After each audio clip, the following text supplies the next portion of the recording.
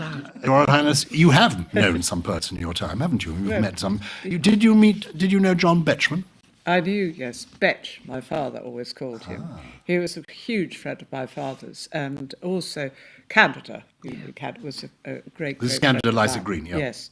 So I used to go, she lived very near me, and she used to have these wonderful dinners with Betch, who was, then there used to be Osbert Lancaster and John Piper and John Sparrow, and they all did these sort of wonderful sort of performances after dinner, and I remember absolutely mortified, praying it wouldn't come round to me, and judging my moment to rush for the loo and go and sit outside till they passed my turn.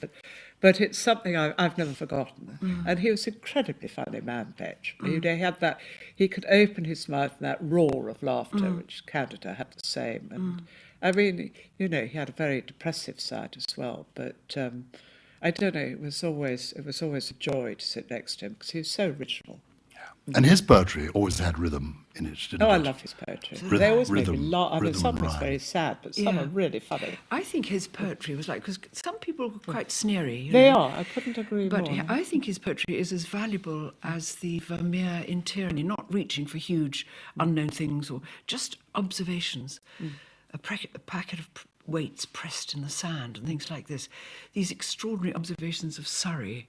And Surrey and Slough. And Slough. Oh, come friendly bombs, come, yes. Well, Slough, it doesn't fit for humans now. But he's one of my magicians, and so some of the poems I have by heart are Betjeman's. Well, do you have this one by heart? The Subaltern's Love Song. Is this You'll one? be pleased to hear, no, I don't. Why have you Anyway. chosen this, Your Royal I Highness? don't know. I don't love know. it. It always, sometimes when you're just sitting thinking about nothing, Joan Hunter Dunn seems to come into my...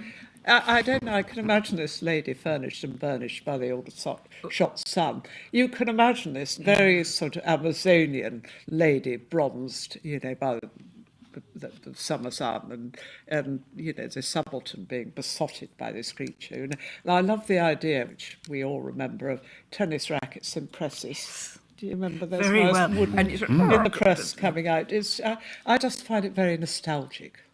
I think that Miss J. Hunter Dunn must have been a cousin of Pam, the great big mountainous sports girl, whizzing them over the net with the strength of 5, while her old Malvernian brother, I don't know, he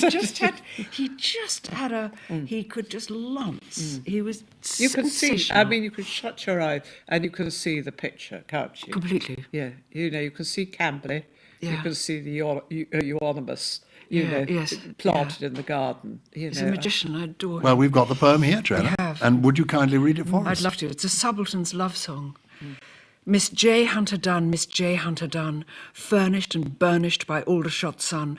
What strenuous singles we played after tea. We in the tournament, you against me. Love 30, love 40, oh, weakness of joy, with the speed of a swallow, the grace of a boy. With carefulest carelessness, gaily you won. I am weak from your loveliness, Joan Hunter Dunn. Miss Joan Hunter Dunn, Miss Joan Hunter Dunn, how mad I am, sad I am, glad that you won. The warm-handled racket is back in its press, but my shock-headed victor, she loves me no less. Her father's euonymus shines as we walk and swing past the summer house buried in talk and cool the veranda that welcomes us into the 6 o'clock news and a lime juice and gin. The scent of the conifers, sound of the bath, the view from my bedroom of moss-dappled path as I struggle with double-end evening tie, for we dance at the golf club, my Victor and I. On the floor of her bedroom lie blazer and shorts, and the cream-coloured walls are betrothed with sports, and westering, questioning settles the sun on your low-leaded window, Miss Joan Hunter Dunn. The hillman is waiting, the lights in the hall, the pictures of Egypt are bright on the wall. My sweet, I am standing beside the oak stair, and there on the landings, the light on your hair. By roads not adopted, by woodlanded ways, she drove to the club in the late summer haze, into 9 o'clock Camberley, heavy with bells, and mushroomy, pine-woody, evergreen smells. Miss Joan Hunter Dunn, Miss Joan Hunter Dunn, I can hear from the car park, the dance has begun. Oh, Surrey twilight, importunate band, oh, strongly adorable tennis girl's hand. Around us are rovers and Austins afar, above us the intimate roof of my car, and here on my right is the girl of my choice with the tilt of her nose and the chime of her voice and the scent of her wrap and the words never said and the ominous, ominous dancing ahead. We sat in the car till 20 to 1, and now I'm engaged to Miss Joan Hunter Dunn. Yes, It's so charming. terrific, You can isn't it? picture the whole thing. you do. And this absolutely. rather shy, gorgeous boy. Yes. I think he's rather handsome, It probably is very handsome. but probably a little bit impoverished, I have a feeling. And he's hoping that he can just pass muster with that frightful tying of the bow Yes, tie. desperately trying and trying. By complete contrast, another poet you, I think, knew, but is so different, Ted Hughes.